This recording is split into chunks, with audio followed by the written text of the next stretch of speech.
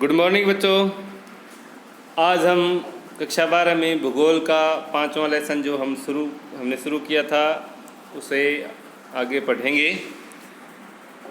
हमने पिछले वीडियो में पढ़ा था विश्व के प्रमुख अंतर्राष्ट्रीय प्रवास, जिसमें इसे 2 मुख्य भागों में बांटा गया था।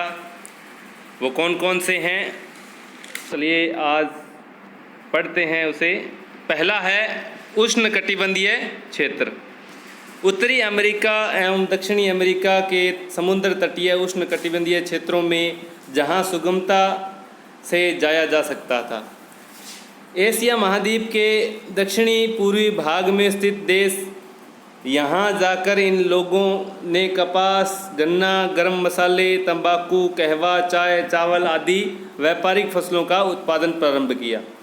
इन बागानों पर मजदूरी करवाने के लिए यूरोपीय लोग अन्य देशों में बंधुआ मजदूर पकड़कर लाते थे। अब दूसरा है शीतोष्ण कटिबंधीय क्षेत्र। यह जलवायु यूरोपीय लोगों के लिए अनुकूल थी, जिस कारण इन क्षेत्रों में ये लोग स्थायी रूप से जाकर बस गए। इन क्षेत्रों में जनसंख्या भी यूरोपीय लोगों के आगमन के पूर्व ही विरल थी, अतः इन्हें वहां जाकर स्थायी रूप से रहने में कोई कठिनाई नहीं हुई। उत्तरी अमेरिका के संयुक्त राज्य, कनाडा, दक्षिणी अफ्रीका, ऑस्ट्रेलिया, न्यूजीलैंड आदि शीतोष्ण कटिबंध में स्थित देशों में इन लोगों की संख्या अधिकतम पाई जाती है।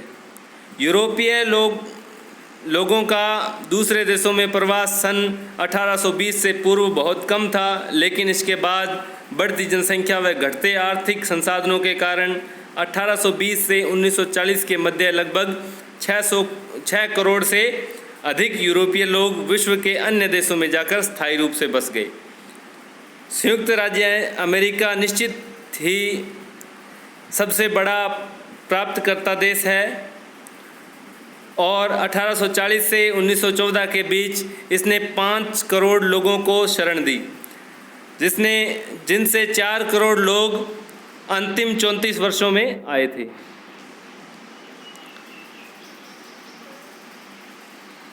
एशियाई देशों में से प्रवास। मानव शास्त्रियों का मत है कि मानव प्रजातियों की उत्पत्ति मध्य एशियाई भाग में हुई। अंडरलाइन करेंगे इस लाइन को। जलवायु की दशाओं के परिवर्तन होते रहने एवं नवीन प्रजाति द्वारा प्राचीन प्रजाति को स्थान विशेष से बाहर की ओर खदेड़ने के कारण प्रागैतिहासिक काल में मध्य एशिया से विभिन्न प्रजातियां प्रवासित होकर विश्व के विभिन्न भागों में जाकर स्थायी रूप से बस गई। 18वीं शताब्दी के बाद बढ़ती जनसंख्या के दबाव के कारण चीन, भारत एवं जापान के लोग अपने पड़ोसी देशों में प्रवासित हो गए एवं वहां स्थायी रूप से रहने लगे। क्योंकि उस समय पड़ोसी देशों की जनसंख्या बहुत कम थी, चीन से बहुत लोग 20वीं शताब्दी के पहले एशिया के दक्षिणी पूर्वी भाग में स्थित देशों में रहते थे, जैसे Manchuria, Korea, Malaysia, Thailand, Indonesia, Vietnam, Philippines, Myanmar आदि विरल जनसंख्या वाले देशों में जाकर बस गए। इसके अलावा चीनी लोग अमेरिका, अफ्रीका देशों में भी जाकर स्थायी रूप से रहने लगे। जापान एक छोटा देश होने के कारण यहाँ प्रारंभ से ही जनसंख्या का दबाव अधिक रहा है, अतः यहाँ से जापानी लोग 1880 से 1900 के मध्य हवाई द्वीप, संयुक्त राज्य America, Canada, Brazil, Australia, Manchuria, Korea, Malaysia आदि देशों में प्रवसन कर गए।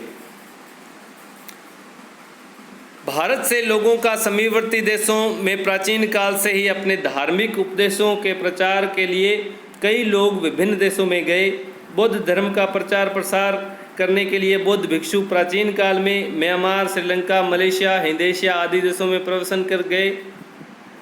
भारत पर अंग्रेज़ों के शासनकाल के समय अंग्रेज़ों ने अपने कृषि बागानों पर मजदूरी करवाने हेतु भारतीयों को दक्षिणी अफ्रीका, मॉरिशस, फिजी, त्रिनिडाद स्थानांतरित किया, जो वहीं के स्थायी निवासी हो गए। अब है अंतर्देशीय प्रवास। एक ही देश के विभिन्न राज्यों या प्रदेशों के मध्य लोगों के एक स्थान से दूसरे स्थान की ओर होने वाले प्रवसन को आंतरिक प्रवसन कहते हैं। अंडरलाइन करेंगे इस लाइन को और अपनी नोटबुक में लिखेंगे। अंतरप्रांतीय प्रवास एक ही देश में विभिन्न भागों के मध्य इस प्रकार का प्रवसन होता है।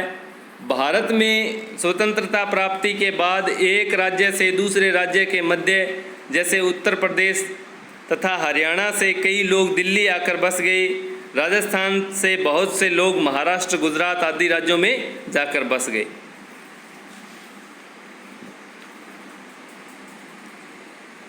संयुक्त राज्य अमेरिका में प्रारंभ से लोग पूर्वी प्रांतों में रहते थे, लेकिन धीरे धीरे यातायात सुविधाओं तथा जनसंख्या दबाव के कारण यहाँ के लोग पश्चिमी प्रांतों की ओर प्रवसन कर गए। रूस में 1917 की क्रांति के बाद रूसी लोग पूर्वी एवं पश्चिमी भाग के साइबेरिया के कृषि फार्मों में जाकर बस गए। अतः विश्व के लगभग प्रत्येक देश में लोग एक प्रांत से दूसरे प्रांत की ओर व्यापार, उद्योग, खनिज आदि में मजदूरी करने के उद्देश्य से स्थानांतरित होते रहे। तो बच्चों, आज के लिए इतना ही। आगे का लेसन हम कल पढ़ेंगे। धन्यवाद।